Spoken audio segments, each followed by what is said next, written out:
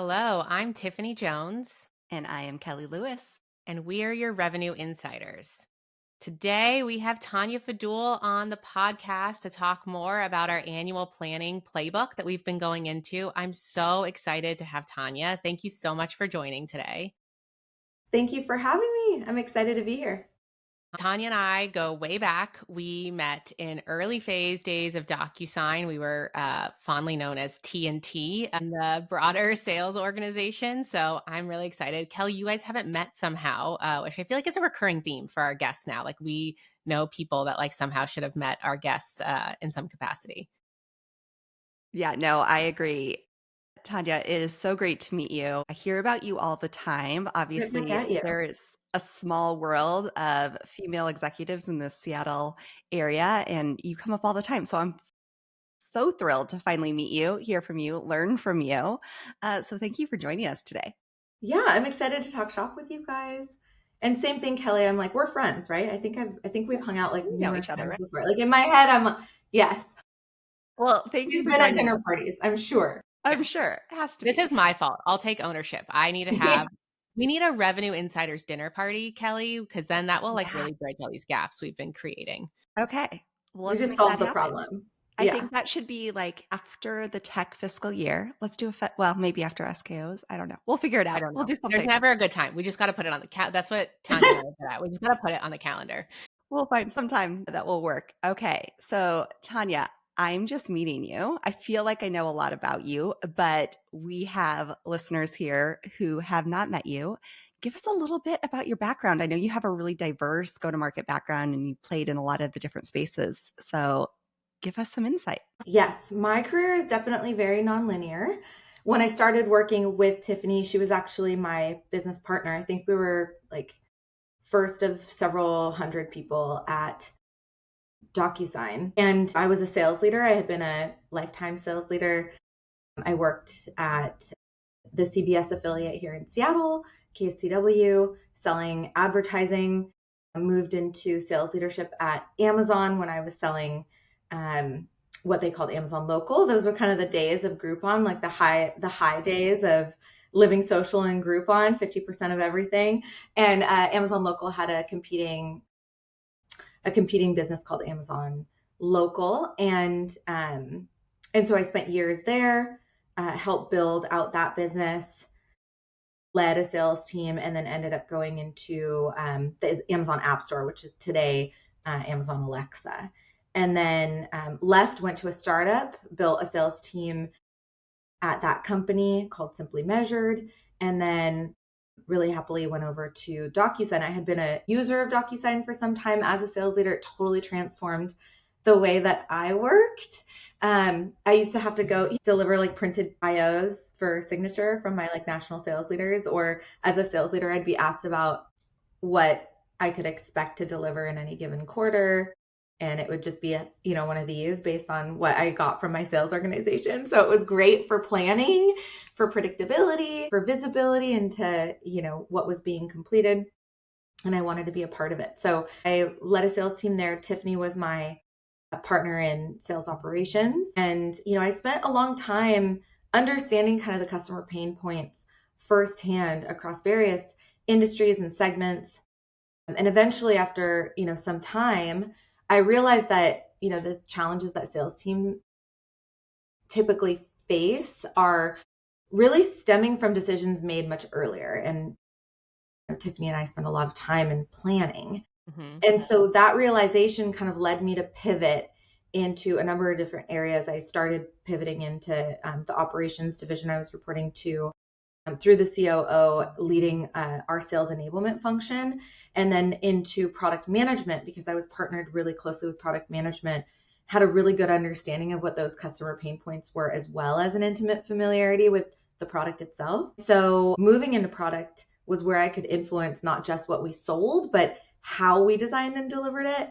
And that was probably the best, most interesting experience of my life. I would say that I had, some of the most phenomenal developers and product managers that the world has ever seen. And so that led me to where I am today, which is customer innovation, kind of synthesizing the needs of many customers, as well as working with some of our most strategic to really influence the roadmap and where we go. Oh my gosh, that's amazing. Your story brings me back.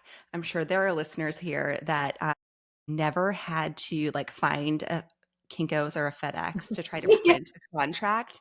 Do you remember those days? Oh, so awful. I remember being like in the middle of nowhere, Wyoming. Like, where's the closest print shop? So DocuSign has Yeah. I saved mean, me a people lot of used to like times. Life. huddle around a fax machine and like wait Yeah. for orders to come in. Like, and it wasn't realistically that long ago. Like, we used to compete. I mean, Tanya, I don't like, we used to compete when we looked at our competitive analysis with like do nothing was the biggest option. Like, people just still like faxing was fine for them. Why did they need to change? Like, such a wild difference You know, from 12 years ago. it's so true. And I would argue that COVID, like the pandemic, really did accelerate change from a digitization perspective. And that was only 4 years ago. Like, so many people had just kind of been sitting on their hands. Think about like the government sector, the healthcare sector. Yeah. Like, you've got a clipboard with a piece of paper, and you're like, didn't I answer this 7 times before? Like, I answer this every single time I come in. So yes, it's really not that archaic, even though it feels pretty archaic when like our iPhones are a second part of our body. I mean, when we think about that level of transformational change, it makes the problem solving and annual planning even more important because when you're moving so fast through the change that that especially the industry that you're in is evolving, but like just the world around you, like AI right now is doing the same thing, that same type of transformation. Annual planning just becomes such a critical part of getting everything right. Yes, I could not agree more. I think that it's easy to kind of keep doing the same thing that you know had maybe worked in the past, Mhm. but it won't always take you where you need to go. And to rethink, I always say like insight begets foresight. Like, if you have insight on what happened in the past and you know what worked, great, but you also have to consider what's in front of you and what's upcoming and prepare for that. Otherwise, you put yourself in a position where, unfortunately, and you've probably dealt with this a ton, Tiffany, in your career. I know you did at DocuSign, but elsewhere as well, where you have to make some pivots mid year or mid cycle, and that causes so much churn for so many. Yeah. So I'm curious, like as you evolve from the sales side over to the product side, what was one of the most eye-opening gaps you saw between how the two groups were operating and planning? Great question. I think one of the biggest gaps is how, if you're talking about the two, product and sales, I would also say, in many cases, it's like analytics and operations. So, but product and sales were probably the biggest two areas that I would find worked in silos. So product teams kind of tend to think about features and functionality, and sales teams are focused on outcomes and customer impact. Yeah. That's what they do all day, every day.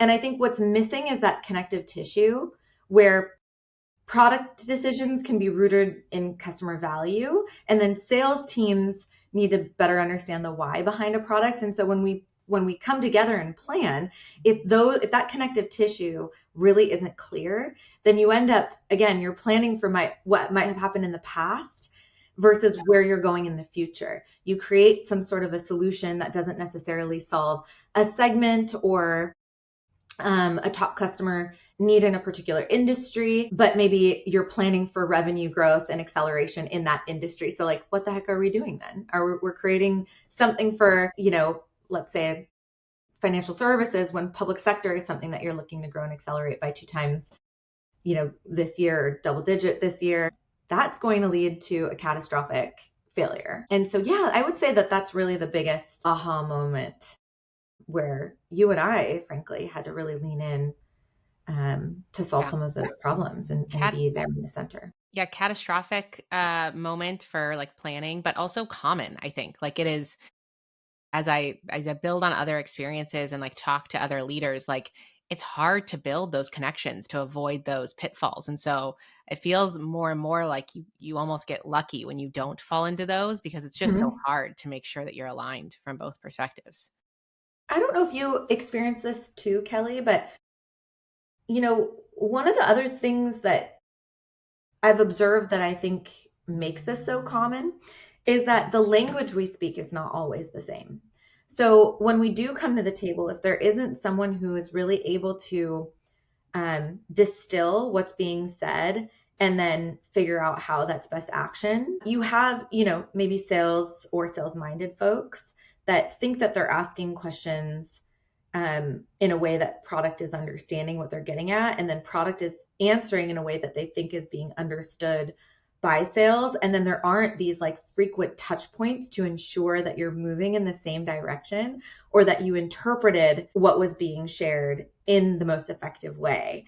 And that's why I think it's really common. There aren't always people that have worked in these various functions or that have touched various customer pain points and understand that how in a way that's, again, being kind of validated in different milestones throughout the planning journey. I don't know what you guys think about that. No, totally. I think you and I have and I didn't know we shared this in common, but now that I think about it, we have a unique background in that we were both sales leaders, and then we worked for companies. I worked with product, not on product, where we were the key personas that the sales team is then going to sell.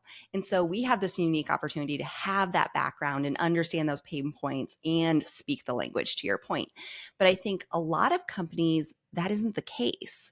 They don't have that persona in the building. And so in those cases, I think you really have to leverage your customers and evangelists out there to really help with that translation. Otherwise, you're going to miss the mark. There's so many times I remember at HighSpot meeting with the product team, and I thought what I asked for and what they heard were exactly the same. And then we'd get into the product and we'd start looking at it in alpha, and I'd be like, I said that wrong. I didn't explain exactly what I was thinking. I made some assumptions when I was explaining what I needed as an enablement leader.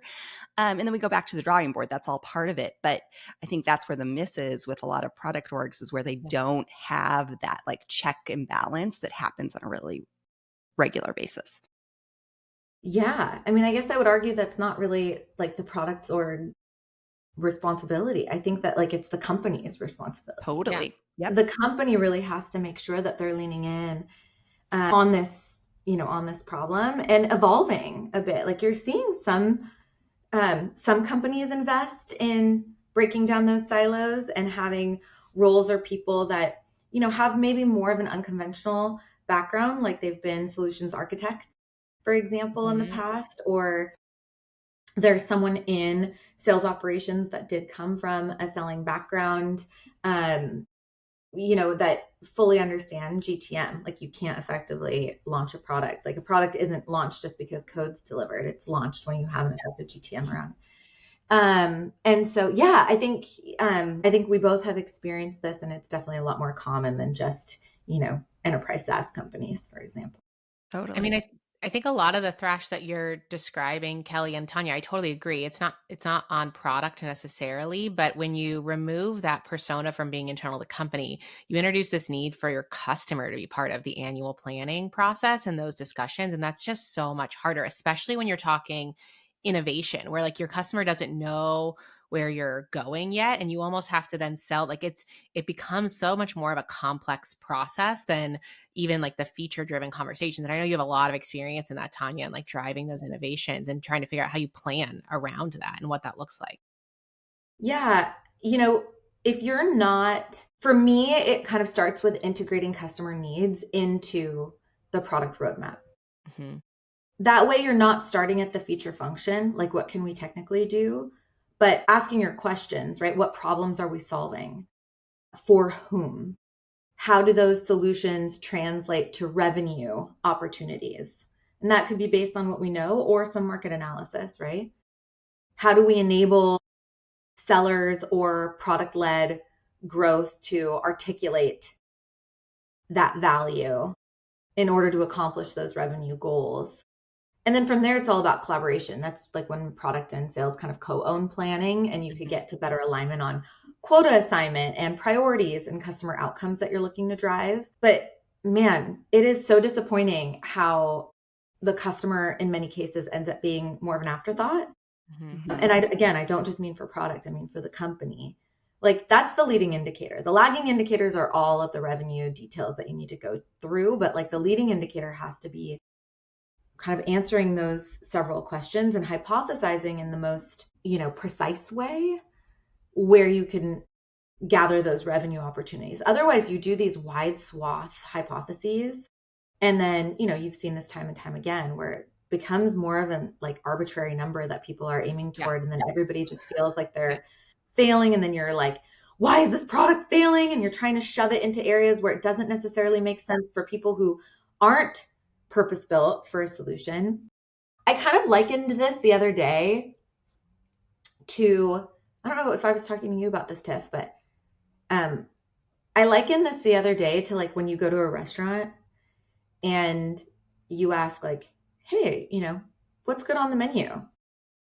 And a waiter, somebody in staff says, everything's great. And you're like, okay, I'm kind of paralyzed. Like, where do I go from here? Because I kind of feel like fish, and then I also feel like meat. That's And then the maybe, worst answer. I hate that answer. Ask me another right, question to right. clarify and We're then just tell not me what you wired like. for that. Yeah. But then think about the feeling when you have somebody who guides you and says, um, you know, I'm not much of a seafood eater, but I've heard that this is, what I found is that this is like shrimp scampi or whatever is like the, you know, most popular thing on the menu. My last 4 tables have ordered it and raved. But if I were to tell you what I love most, it's like these 3 seasonal dishes. And if like I would go top to bottom in order, we never offer these dishes. They're really made because of, like whatever's growing in the region in this given season.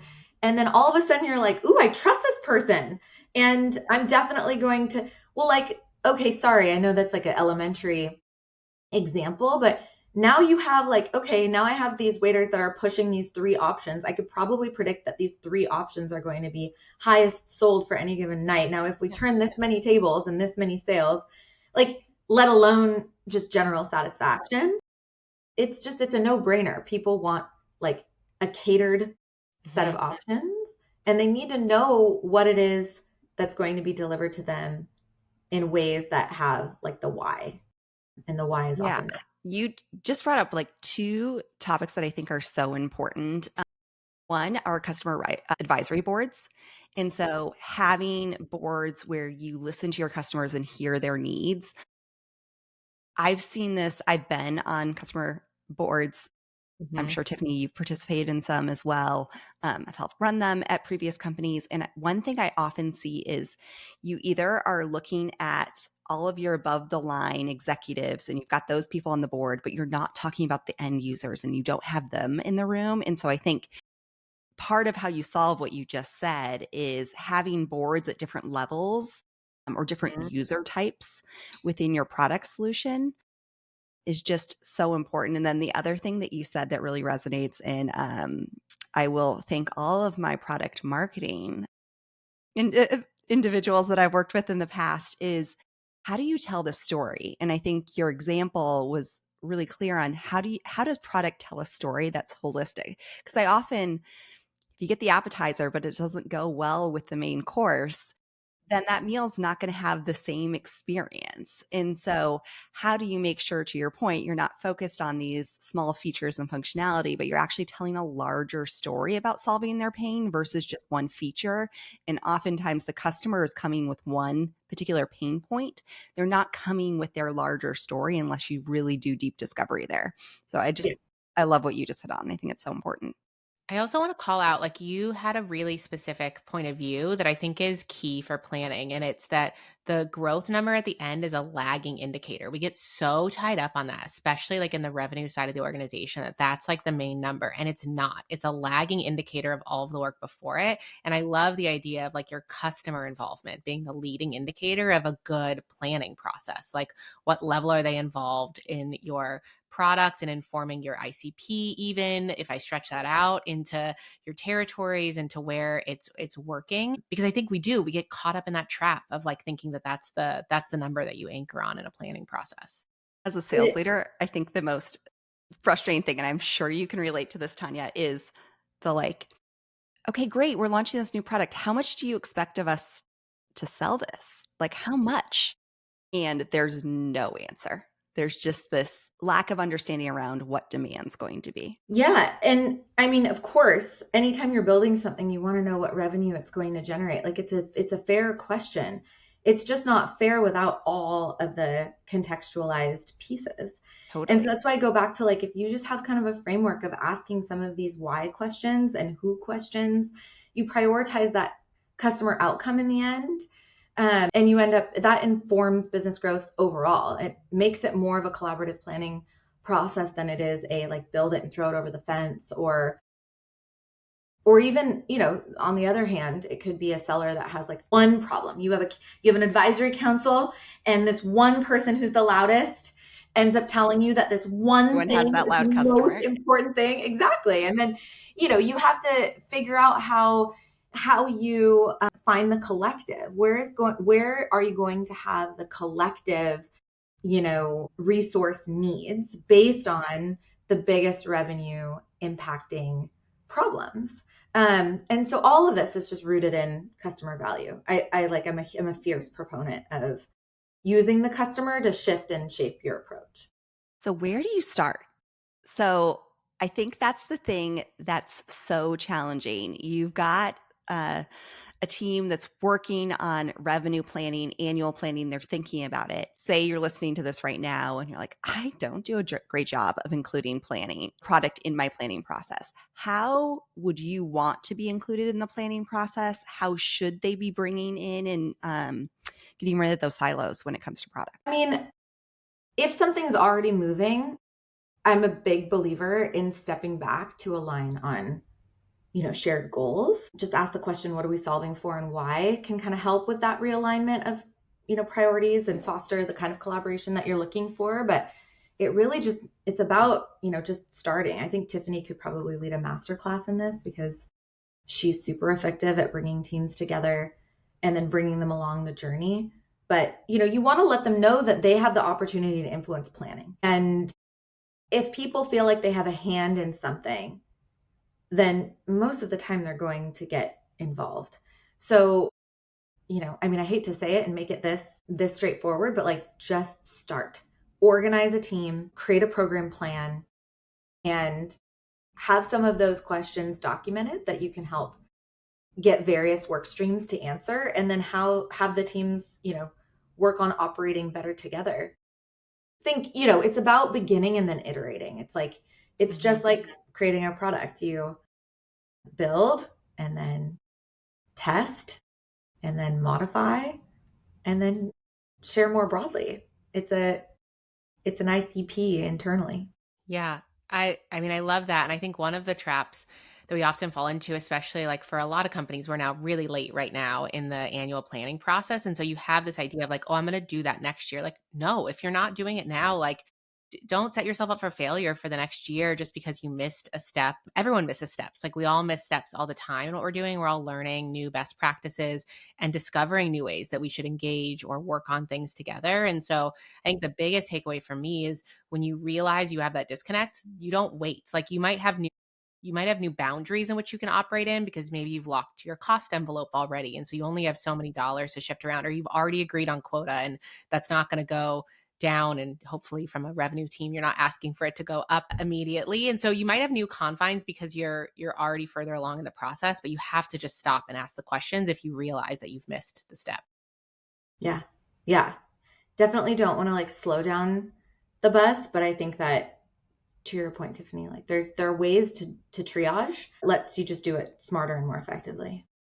So one of our past shared experiences, and I think this really gets to like building things in motion, is the jump from single product to multi-product. Like it's a big one, whether you're doing it through acquisition or it's a big rollout coming from product to make this giant shift.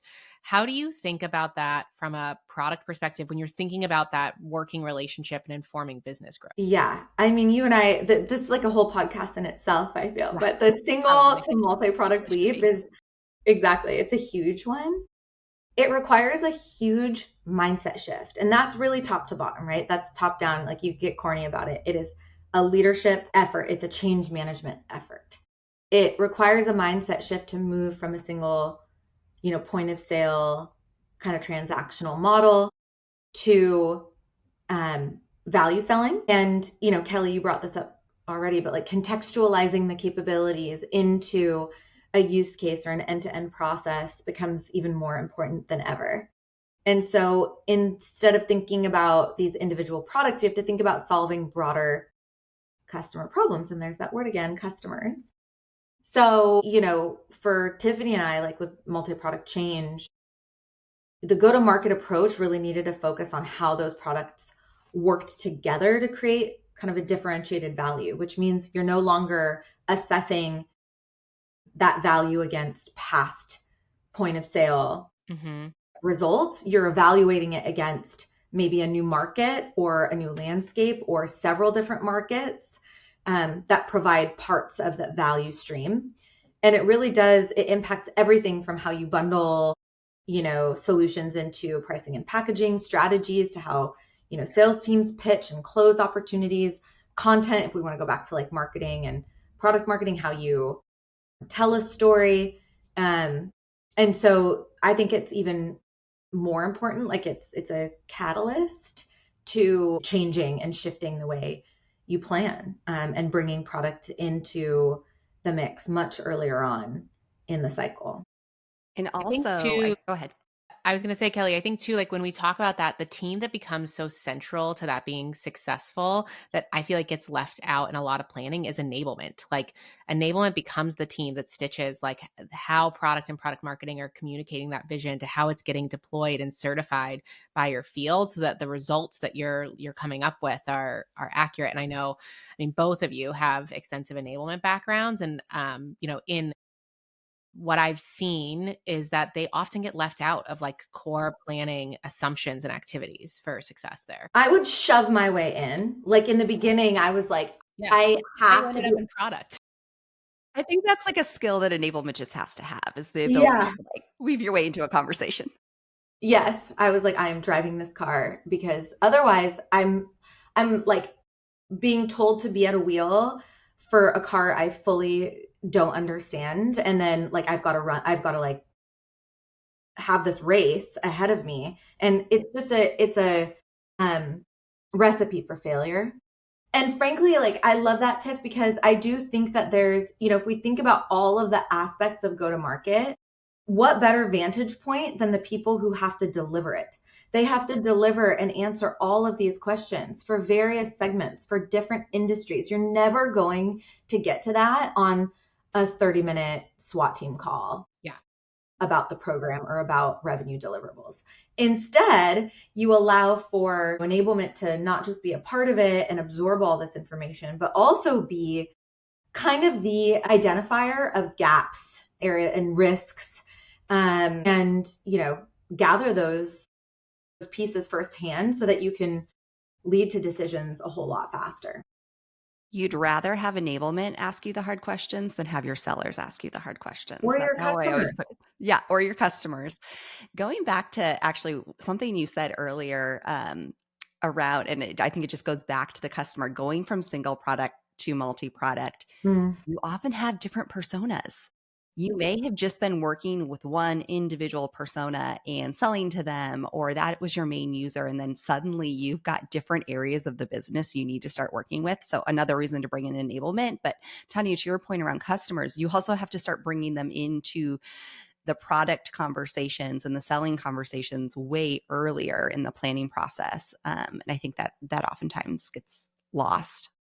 Yeah, Salesforce does a really good job at this. They kind of see value in pairing product leaders directly with revenue leaders. That's their model. We tried that model as well at the very beginning of one of our acquisitions. And I think, like, generally speaking, when you're in the middle of it, whether it's an acquisition or a self-driven kind of portfolio offering, you have to do that, Kelly, because it fosters kind of that joint accountability for the outcomes that you're driving toward. And then you apply some principles to the go-to-market strategy. So you have product and a sales champion or sales champions at the table. Really, you have to assess how a new solution fits into your portfolio and then communicate it really effectively with your sales teams. In many cases, that's not just done in a funnel. It's certainly not just done, with a marketer, with a product owner alone. They have to understand the nuances of buying circles and various personas, and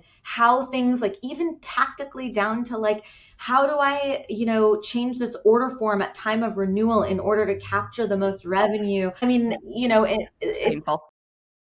yeah, I mean, but they're the realities. And so not to say Totally. that you need all of the answers right away, but you do have a chance in that case to reevaluate the go-to-market assumptions that you might have had and then refine your strategy with those customer and sales needs at the center. Okay. I love that. That is such good advice. Okay. It's the point in the episode where we ask you for a point of view question. Okay. And so, one thing we're trying to establish is everyone needs to create a point of view when it comes to different things in the go to market. And so, what question would you tell our listener to think about when they go to work today or as they have some extra time? What is the question they should be asking themselves to help create their own point of view? I think we've kind of belabored the point a bit, but I'll say it again. And that's to really think about ask yourself whether or not you fully understand the intersection of product and revenue driven outcomes with the customer kind of as that connective tissue.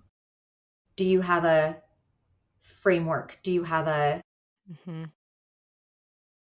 shared and collective set of goals that you're aligned on? I think that's really the only way that a revenue team is going to be set up for success. And so to continue kind of having a foot firmly planted in the problem domain and then one foot firmly planted in the solution domain allows you to be able to establish your own point of view. But if you only have one and you feel like you don't fully have the other, or you vetted with, sales teams or customer facing teams in some capacity, and you feel like the responses are still very messy or ambiguous, then you're probably needing to take a big step back in order to take 8 steps forward. I love that. I think it's really aligned to some of the ones we've heard recently, and Steve gave us in the last episode around focus, which really plays into like you have to be on the same page and you have to make sure there's alignment because you need focus not as a revenue organization or a go to market, but as a company. And so it's just so important. So definitely homework for all of us to think about that and what that means for us in our roles today. Thank you so much, Tanya, for joining today. I really enjoyed this conversation. We've gotten to work together in so many different capacities over the years, but having you on here is up there on the top of my list. So thank you so much for joining. Oh, I'm so proud of you guys for doing this. And I think people are learning so much from the folks that you have included so far. I loved the episode with Steve. Jimmy, James Newell was also fantastic. And so I look forward to continuing to tune in. Yeah, James is concerned you're going to take over his top spot in the hope I stack do. ranking. So Look out, Jimmy. competition's on. Yeah. It was so great to meet you, Tanya. We'll have to meet in person shortly. Yes, Right. I'm really looking forward to it. Dinner party 2025. Revenue Insider Dinners Love Party coming. Thank you, everyone. Thank you. Bye, everyone. Thank you for tuning in to the Revenue Insiders. We hope you've enjoyed today's episode. If you did, we'd really appreciate it if you could take a minute to leave us a review on your favorite platform. Your feedback helps us reach more listeners. Thank you.